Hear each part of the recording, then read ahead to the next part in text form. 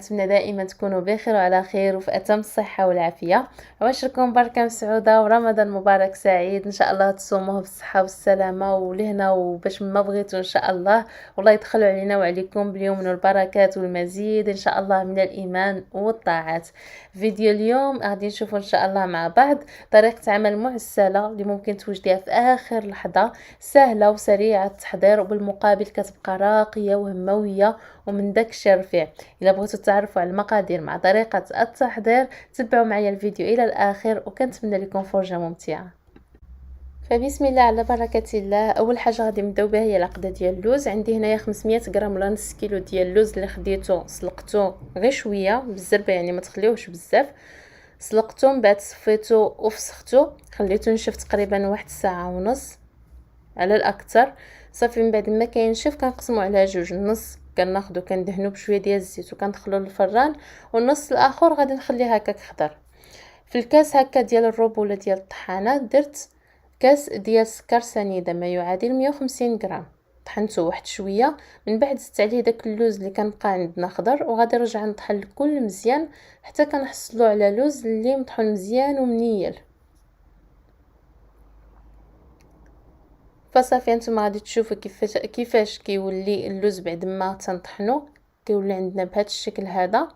تنديرو في واحد الاناء او تنخليه على جنب، وغادي ناخذ اللوز اللي كنت حمرته في الفران حتى هو من بعد ما تحمر لي وبرد غادي ناخذه وغادي نطحنو حتى هو بنفس الطريقه. غادي نطحنو غير بوحديته بلا سكر، على حقاش في هذه العقده هذه 150 غرام ديال السكر في نص كيلو راه كافيه، حيت من بعد غادي نعسلوها فباش ما تجيكمش محلوه بزاف ولا معسله بزاف.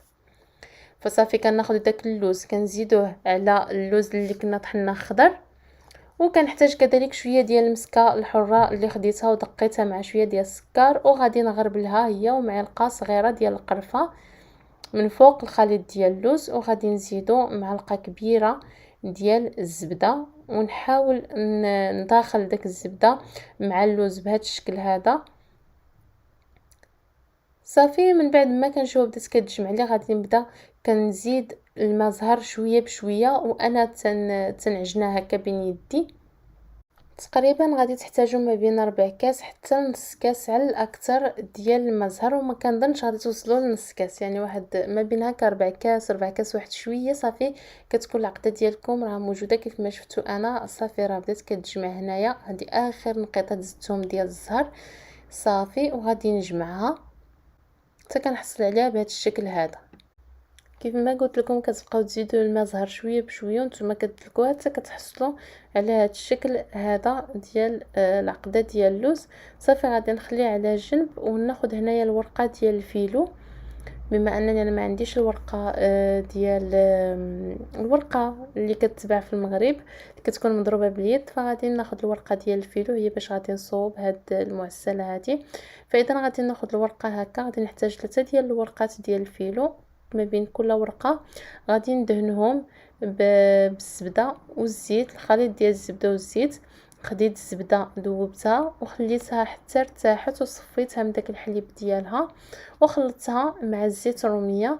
صافي كنبدا هكا كندير ما بين كل ورقه وورقه كندهن بشويه ديال الزبده مع الزيت، باش من بعد ملي كتدخل الفران داك هاد المعسله هادي ولا هاد الورقه هادي كتقرمش وكيجيو الورقات كاملين مقرمشين، ما كيجيوش مجموعين هكاك مع بعضياتهم وناشفين.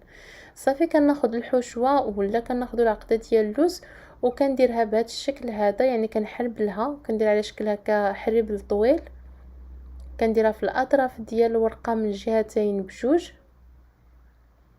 صافي وغادي نبدا كنلوي بهذا الشكل هذا وندهنو بالزبده والزيت دائما باش داك الورقه ملي تطيب تجي مقرمشه. صافي وغادي نبدا كنلوي بهذه الطريقه، يعني بالجهات بجوج كيف ما كتلاحظوا، يعني الفيديو راه تيشرح نفسه اكثر. صافي من بعد ما كنطوي هاد الحريبلات هادو مباشره كناخذهم وتنبدا كنقطعهم بالموس.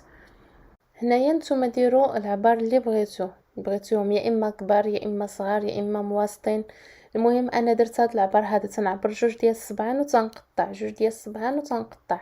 المهم واخا زعما درت العبار وداكشي يعني مزاكلين، جا شي كبير شي صغير. المهم المهم ما جا شي بحال بحال نتوما. المهم ديروا عينكم ميزانكم، انا عيني ما بقاش ميزان.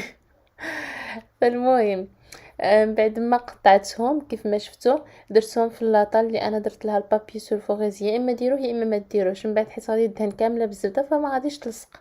انا من الاحسن كنبغي نديرو باش من بعد ما كنتعذبش في الغسيل ديال اللاطه.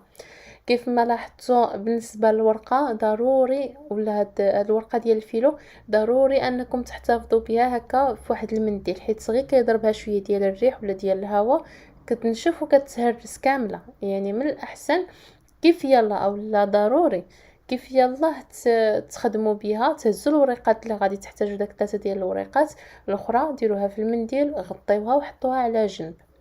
فصافي انا كنبقى كنكمل بنفس الطريقه، يعني تنحرب لهم تنلوي ومن بعد تنقطع وكنستفهم كاملين في اللاطه. وغادي ندوزو باش ندهنوهم مزيان بالزبده والزيت وندخلوهم للفران ان شاء الله. على فكره البنات نسيت ما قلت لكمش انكم ملي تكونوا كتلويو داك الحريبلات ما تزيروش يديكم بزاف، سينو من بعد ما غادي تدخلهم الفران فيقدروا يتفرقعوا ولا يطرطقوا ولا تخرج الحشوه بزاف. فرخيو هكا يديكم ولا رخفوا يديكم شي شويه وانتم كتلويو في هذوك الحريبلات. فصافي كيف ما قلت لكم انا غادي ندهنهم دابا بالزبده مع الزيت. الفران عندي راه شاعل من قبل على 190 درجه العافيه من التحت ومن الفوق. غادي ندخلوا اللاطه في الرف الوسطاني ولا في المهم في الجهه الوسطانيه باش هكا كيطيبوا لنا مقادين لتحت مع الفوق. كنخليوه كيطيب على خاطرها حتى كتحمر من جوايه بجوج، كتحمر كتعطينا داك اللون الذهبي بحال هاد اللوين هذا كيف ما كتشوفوا. صافي وكنخرجوها من الفران مباشره وهي سخونه. غادي نشد العسل غادي ندفيه ونسقيه بها بهذا الشكل هذا.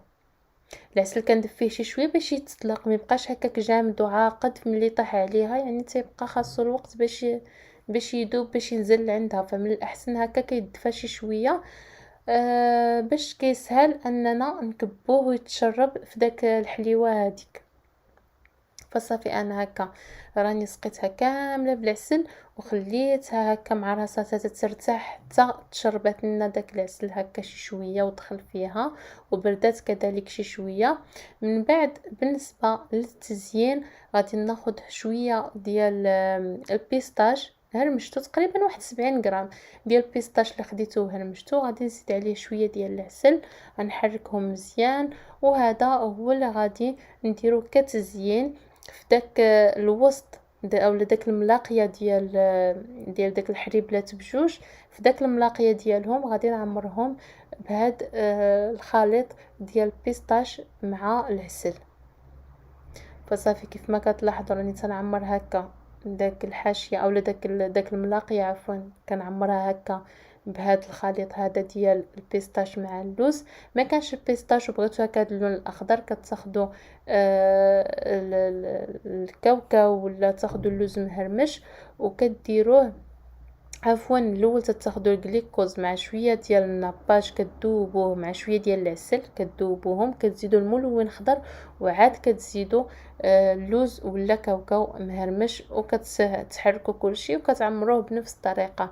من بعد زينت بواحد الوريقه ديال الورد صافي وغادي نديرهم هكا في الكويغطات وكنقدموهم بالصحه والراحه. حليوه اللي ساهله مهله وكتجي هماويه وعاطيه العين. كنتمنى الفيديو ديال هذا النهار ينال الاعجاب ديالكم. ما تنساوش كالعاده الا عجبكم الفيديو ديال هذا النهار تخليو لي اشتراك و تبارطاجيو الفيديو مع الاصدقاء ديالكم باش هكا تعمل فائده. وما تنساوش من اللايكات ديالكم. شكرا لكم بزاف على حسن المتابعه مره اخرى. نشوفكم في فيديو جاي ان شاء الله بحول الله. دمتم في امان الله وحفظه والسلام عليكم ورحمه الله.